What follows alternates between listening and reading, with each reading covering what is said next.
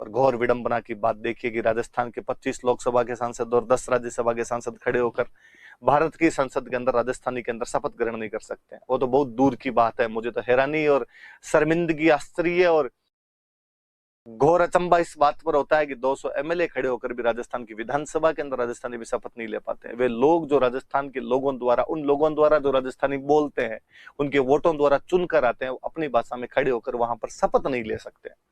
तो मुझे बड़ी हैरानी होती है कि 8वीं शताब्दी में उद्योतन सूरी मान रहे थे कि यहाँ की भाषा मरु भाषा है। अबुल फजल 16वीं शताब्दी में कह रहा था कि यहाँ की भाषा मारवाड़ी है। 1912 में जॉर्ज अब्राहम गिरियर्सन अपनी पुस्तक लिंग्विस्टिक सर्वे ऑफ इंडिया में बता रहा था कि यहाँ की भाषा राजस्थानी है। बस भारत सरकार के संविधान की 8वीं अनुसूची नहीं मानती कि राजस्थानी नाम की कोई भाषा है। पहले जब राजा महाराजा पढ़ रहे थे बीच के अंदर, तो उसके अंदर मैंने खूब सारा साहित्य आपको पढ़ाया था। खूब सारी साहित्य की बातें तो मैंने आपको उसके अंदर बता दी थी। अलग अलग राजाओं के टाइम की किताबें, उनके दरबारी विद्वानों के टाइम की किताबें बीच बीच में हमने पढ़ी थी। और वो पढ़ाने का उद्देश्य भी यह था कि जब ये टॉपिक पढ़ें तो थोड़ा सा शिथिलता रहे इसके अंदर, क्योंकि ये फिर इतना बड़ा हो जाता है अपने आप के अंदर। इतनी सारी रचनाएं, इतनी सारी भाषाएं, उनकी पुस्तकें, राइटर्स, राजा की याद होने का नाम ही नहीं लेता। और उस टाइम भी मुझे याद आता है कि बीच बीच में जब मैं राजा महाराजाओं के बीच में जब वो लेखकों के नाम बताता, अक्सर स्टूडेंट का ये कहना होता था, सर किताबें कैसे याद रखेंगे। और मुझे लगता है कि यार अब पढ़नी ही पड़ेगी, बार बार याद की जाए। ज्यादा याद यदि नहीं होती है तो एक पन्ने में लिखी जाए और दीवार पे चिपका ली जाए, और जिन जिन में दिक्कतें आ रही है वो बार बार पढ़ी जाए। और तो क्या किया जा सकता है अपने आप के अंदर। पर अब जो भी है वो खूब सारी वहां हमने याद किया, आपने याद की होगी उस टाइम साथ के अंदर। अब जो बची हुई हम और याद करेंगे। पर आज मैं ये पढ़ाने से पहले एक चीज और बताना चाहूंगा आपको। हम वास्तव में जब यह टॉपिक देखेंगे तो टॉपिक के अंदर एग्जैक्टली लिखा हुआ है कि राजस्थान का साहित्य एवं क्षेत्रीय बोलियां, साहित्यिक रचनाएं एवं क्षेत्रीय बोलियां, मतलब हमारे लिटरेरी जो भी सोर्सेज मिले हमें वो, और डायलेक्ट्स जो भी मिली हमें, बोलियां जो भी मिली है, तो भाषा। तो हम ये भी जानना चाहेंगे कि हमारी जो राजस्थानी भाषा है उसका विकास किस प्रकार से हुआ।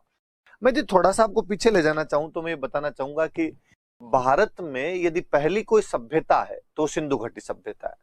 लेकिन जब हम कालीबंगा वगैरह पढ़ रहे थे तब भी हमने ये निश्चित किया था, निर्धारित किया था उसमें कि सिंधु घाटी सभ्यता को पढ़ने में सबसे बड़ा अड़चन, सबसे बड़ा रोड़ा यह है कि हम अभी तक उन लोगों की लिपि को पढ़ नहीं पाए हैं।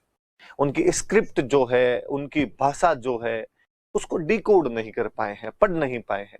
इसलिए हमें पता नहीं कि सिंधु घाटी सभ्यता के लोगों की भाषा क्या थी। हम भाषा पढ़ लेंगे तो संभवतः हमें उनके बारे में और कई जानकारियां जानने को मिलेगी। सिंधु घाटी सभ्यता के बाद में जो अगली सभ्यता है वो वैदिक काल है, वैदिक सभ्यता है। आर्यंस लोगों ने उसको बनाया था, इसलिए उसको आर्य सभ्यता भी हम कहते हैं। तो वैदिक सभ्यता, आर्य सभ्यता हम जब भी बोलते हैं तो मतलब एक ही बात कर रहे होते हैं। उनकी भाषा हम पढ़ चुके हैं। उनकी भाषा वेदों की संस्कृत है, जो वेदों के अंदर लिखी हुई। वेदों में खूब सारी सोर्सेज भरा पड़ा है, उसके आधार पर उनकी सब चीजों का पता भी चलता है।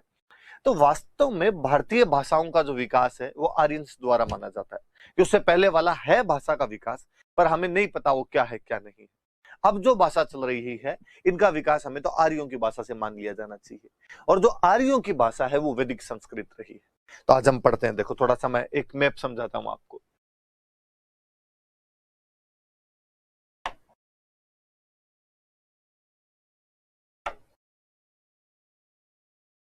ये देखिए, अब सबसे पहले हम आर्यों की भाषा लेते हैं। आर्यों की भाषा से हमारी भाषा का विकास हुआ। तो आर्यों की भाषा कौन सी है? तो आर्यों की भाषा वैदिक संस्कृत है। वह संस्कृत जो वेदों के अंदर लिखी गई थी। किसी भी भाषा के दो रूप होते हैं, एक वह रूप जिसमें वह लिखी जाती है, एक वह रूप जिसमें वह बोली जाती है। बोलने का रूप हमेशा अलग होगा, लिखने का रूप हमेशा अलग होगा।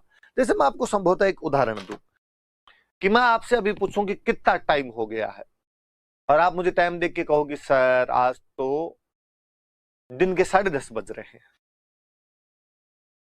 मैंने ये जो सेंटेंस बोला कितना टाइम हो गया है, आपने रिप्लाई कर दिया उसका कि 10:30 हो गया। क्या मैं लिख सकता हूं क्या इसको, कितना टाइम हो गया है? आप कहोगे सर सेंटेंस रॉन्ग है, सेंटेंस गलत है। लिखा यह जाना चाहिए कि कितना समय हो चुका है। इसका मतलब किसी भाषा को बोलने का और किसी भाषा को लिखने का तरीका अलग अलग होते हैं। बोलने में औपचारिकता बरती जा सकती है, लेकिन लिखने में औपचारिकता नहीं रहनी चाहिए। वैदिक संस्कृत का वह रूप जो कालांतर में लोगों की बोलचाल की भाषा में आया, उसी को हम कहते हैं पाली।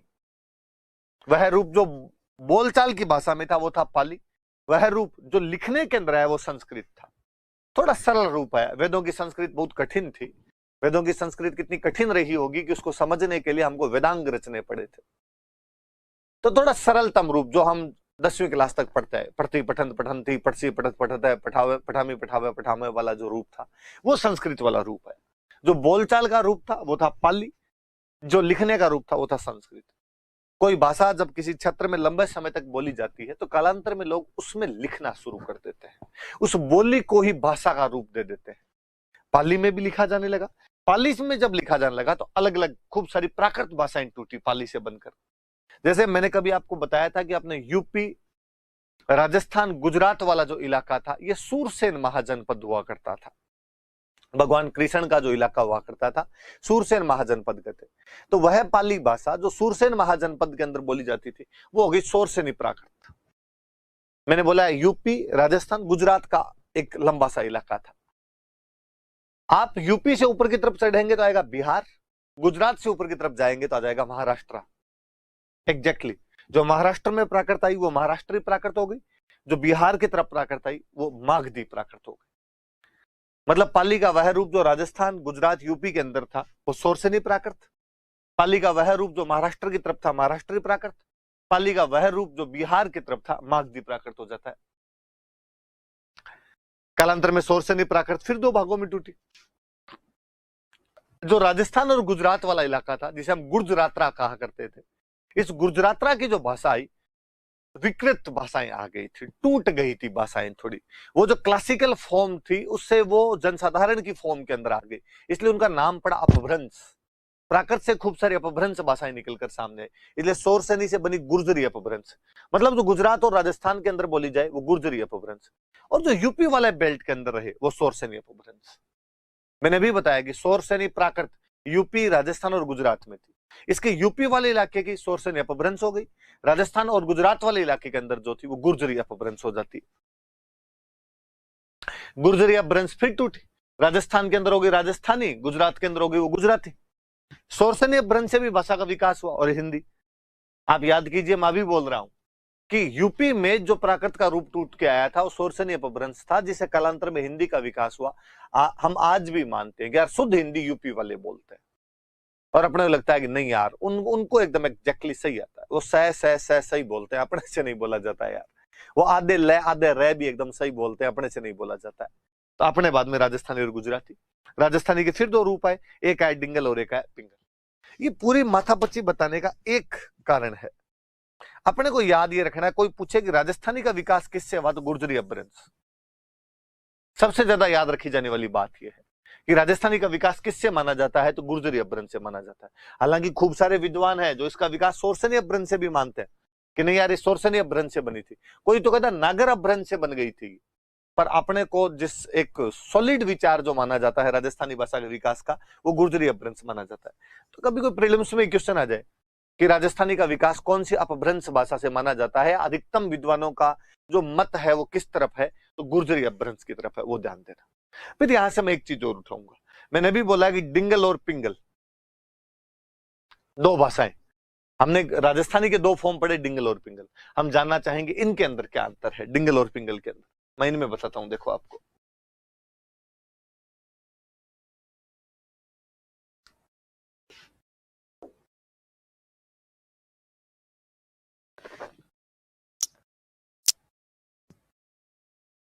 एक तरफ डिंगल लिखते हैं अपने, एक तरफ पिंगल लिखते हैं। डिंगल और पिंगल बेसिकली पश्चिमी राजस्थानी का जो साहित्यिक रूप है, literary form of western Rajasthani, वो डिंगल है।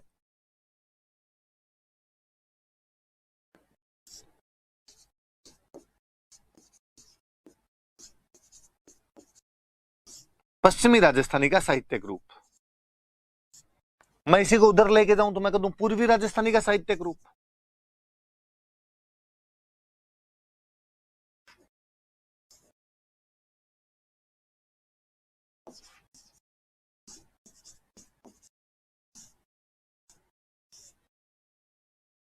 एक अंतर तो यह है कि पश्चिमी राजस्थानी में जो साहित्य लिखा गया वो डिंगल का है, पूर्वी राजस्थानी में जो लिखा गया वो पिंगल का है। हालांकि कोई नियम नहीं है एग्जैक्टली, इसके अपवाद भी हो सकते हैं, आप कोई 100% लेके बैठ जाओ ऐसा भी नहीं होता है, पर मोटे तौर पर यह है कि पश्चिमी राजस्थानी डिंगल वाली है और पूर्वी राजस्थानी पिंगल वाली है।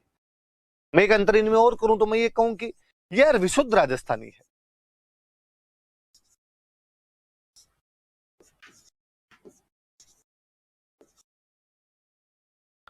मैं इधर वाली में कहता हूं कि राजस्थानी में ब्रिज मिल गई आके,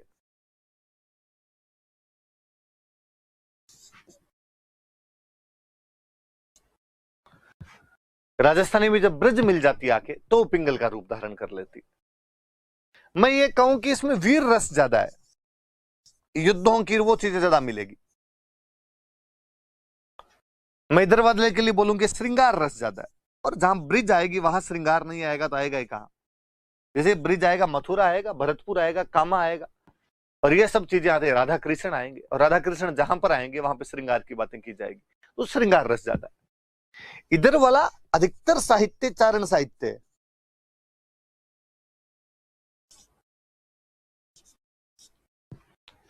इधर वाला ज्यादातर साहित्य आपको भाट साहित्य मिलेगा।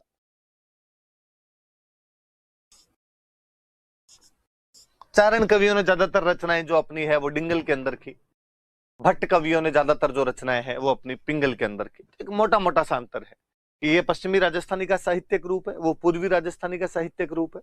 इसमें केवल राजस्थानी है, उसमें राजस्थानी में ब्रिज मिश्रित होती है। ये वीर रस प्रधान है, ये श्रृंगार रस प्रधान है।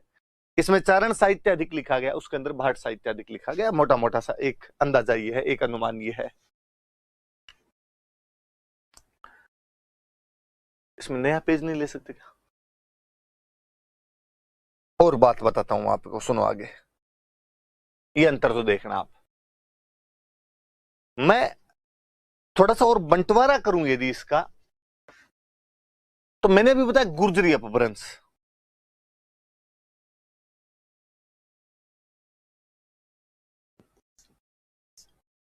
ये जो गुर्जरी अपभ्रंश थी,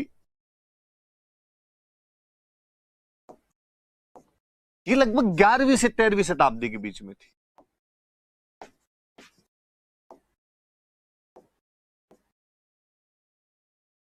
ग्यारहवीं से 13वीं शताब्दी के बीच में गुर्जरी अपभ्रंश रही। यहां से भाषा अलग होने लगती है, राजस्थानी अलग होती है, गुजराती अलग होती है। राजस्थानी का प्राचीन रूप सामने आता है। प्राचीन राजस्थानी 13वीं से 16वीं शताब्दी।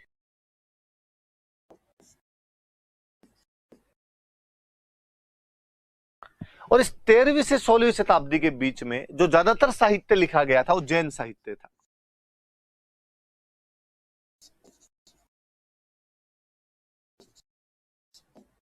ज्यादातर साहित्य जैन साहित्य लिखा गया, जैन धर्मावलंबी जो थे उनके द्वारा लिखा गया था। और सूरी नाम बोले जीते देख लो, शालीभद्र सूरी, वीरभद्र सूरी, जिनभद्र सूरी, वज्रसेन सूरी, जो कोई आपको मिलेंगे वो सारे के सारे जो जैन लिटरेचर मिलेगा। वापस याद कीजिए, मैंने बताया था कि प्राचीन राजस्थानी ग्रंथ जैनों द्वारा लिखे गए, इसलिए प्राचीन चित्र भी अपने को जैनों की किताबों में ही मिलते हैं, बाकी कहीं जगह नहीं मिलेगी। आप याद कर लीजिए, 10वें कालिका सूत्र चूर्णी है, आपके श्रावक प्रतिक्रमण सूत्र चूर्णी, सुपार्श्वनाथ चरितम, सारे के सारे जैन साहित्य मिलेगा आपको। उसके बाद मध्यकालीन राजस्थानी,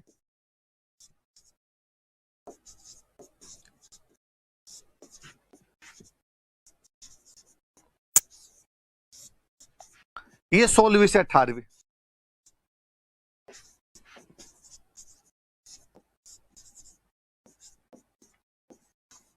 ये जो ज्यादातर साहित्य था ये चारण साहित्य था।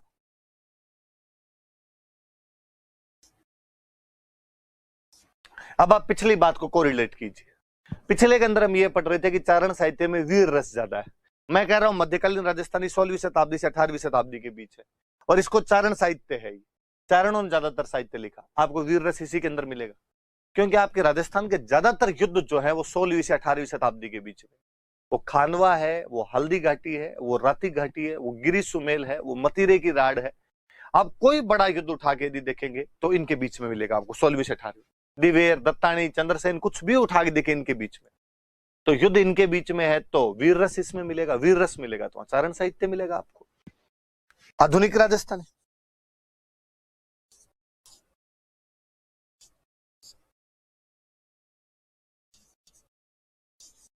और ये 18वीं शताब्दी से लेके अब तक है।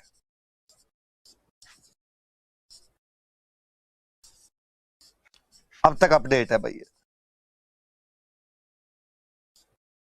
और इसमें कोई लिख लो, मैं लिख लूं, आप लिख लो, किसी भी प्रकार का साहित्य किसी के द्वारा लिखा जा सकता है, तो इसके अंदर आपको चेंज मिलेगा नहीं कुछ भी। ये आपके 18वीं शताब्दी से अब तक का जो है वो क्या आधुनिक राजस्थानी, एक मोटा मोटा सा ये क्लासिफिकेशन किया जाता है। हालांकि कई प्रकार के अलग अलग क्लासिफिकेशन होते हैं। अभी मैं एक दूसरा और बताऊंगा जो इस बार वाली 10th क्लास की बुक के अंदर आपने लिखा हुआ है, वो भी माना जाए, पढ़ा जाए, क्या पता उसके आधार पर सवाल पूछ लिया जाए, पर ये भी दिमाग के अंदर रहे, क्योंकि इसके आधार पर ये थोड़ा पता चलता है कि यार पुरानी किताबें जैनों ने लिखी है तो जैन साहित्य वीर रस चारणों वाले में मिलता है, क्योंकि युद्धों का टाइम यही है, तो ये चारण साहित्य कब से अलग हुए, कब साथ में थे, थोड़ा अपने को पता चलता है।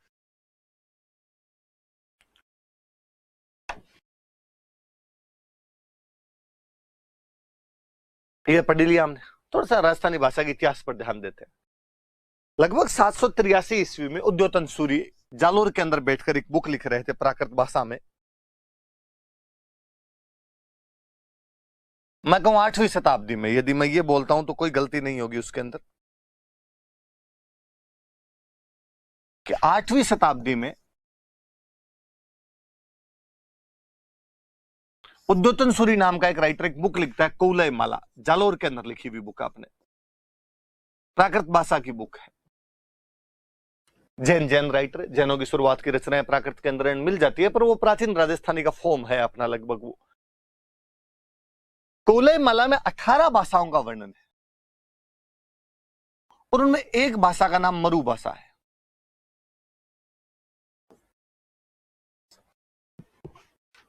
राजस्थान के भूभाग की जो भाषा बताई गई है उसका नाम उन्होंने मरु भाषा बताया है अपनी 18 भाषाओं के अंदर। कौलय माला नाम की पुस्तक जो कि प्राकृत भाषा में जालोर के अंदर 8वीं शताब्दी या 783 ईस्वी में उद्योतन सूरी द्वारा लिखी गई थी। इसका मतलब 8वीं शताब्दी से तो लगभग राजस्थानी भाषा के विकास के संकेत मिलने शुरू हो जाते हैं, आपको एकदम रिटन एविडेंस मिलते हैं कि हाँ ये भाषा है। तो अपनी भाषा का सबसे पुराना उल्लेख यदि कहीं पर मिलता है तो उद्योतन सूरी की इस पुस्तक के अंदर मिलता है।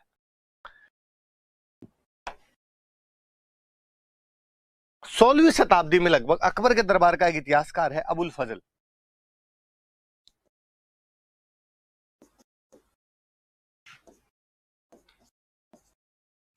बुक लिखता है आईने अकबरी,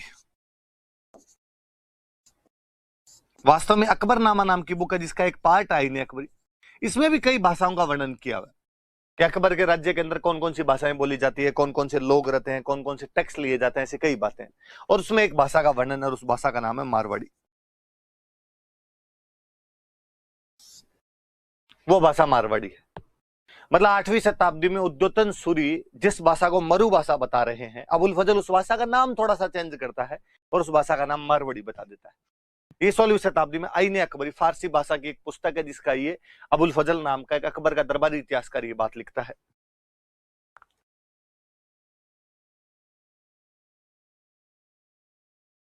उन्नीस सौ 12 में एक अंग्रेज है जॉर्ज अब्राहम ग्रियर्सन, याद रखे जॉर्ज अब्राहम है नाम, जॉन अब्राहम मत याद कर लेना।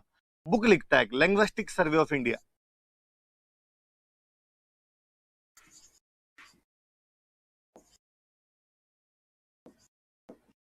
लिंग्विस्टिक सर्वे ऑफ इंडिया नाम की एक बुक लिखता है और इसमें हमारी भाषा का नाम लिखता है राजस्थानी।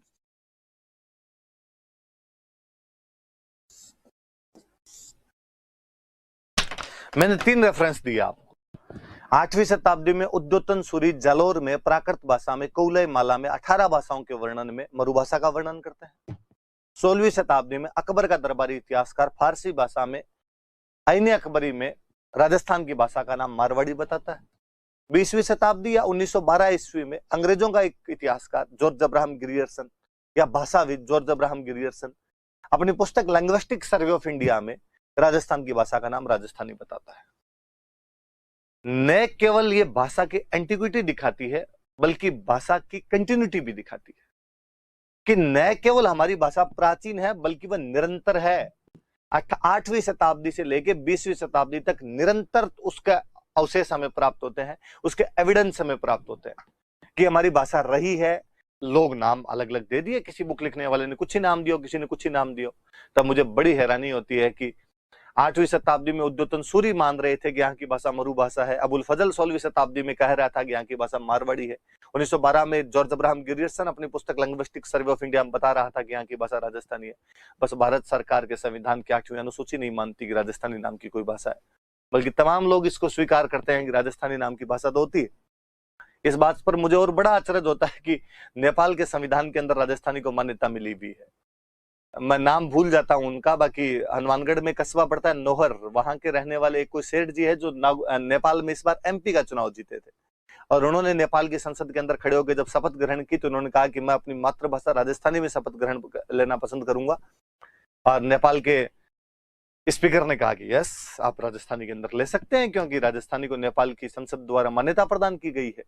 और घोर विडंबना की बात देखिए कि राजस्थान के 25 लोकसभा के सांसद और 10 राज्यसभा के सांसद खड़े होकर भारत की संसद के अंदर राजस्थानी के अंदर शपथ ग्रहण नहीं कर सकते हैं। वो तो बहुत दूर की बात है। मुझे तो हैरानी और शर्मिंदगी, आश्चर्य और घोर अचंबा इस बात पर होता है कि 200 एमएलए खड़े होकर भी राजस्थान की विधानसभा के अंदर राजस्थानी में शपथ नहीं ले पाते हैं। वे लोग जो राजस्थान के लोगों द्वारा, उन लोगों द्वारा जो राजस्थानी बोलते हैं, उनके वोटों द्वारा चुनकर आते हैं, अपनी भाषा में खड़े होकर वहां पर शपथ नहीं ले सकते।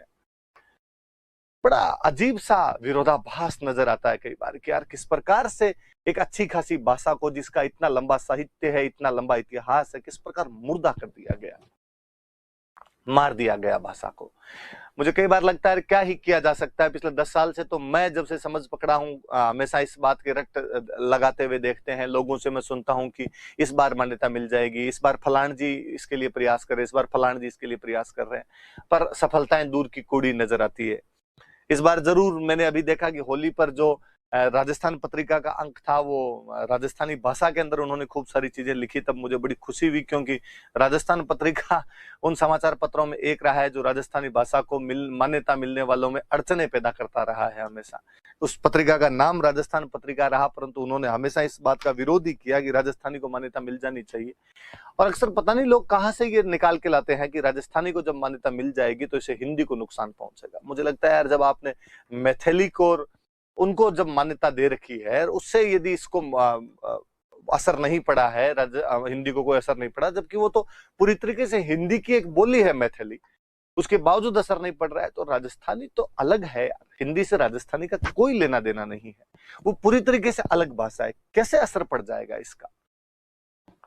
और तो क्या ही किया जा सकता है। मुझे कई बार लगता है कि सबसे अच्छा तरीका यह है कि अभी जनगणना वाले मार्ट साहब आपके घर पर आएंगे और वो आपसे पूछेंगे कि आपकी भाषा कौन सी है, तो प्लीज उनको भाषा अपनी हिंदी ना बताई जाए, अपनी भाषा राजस्थानी बताई जाए।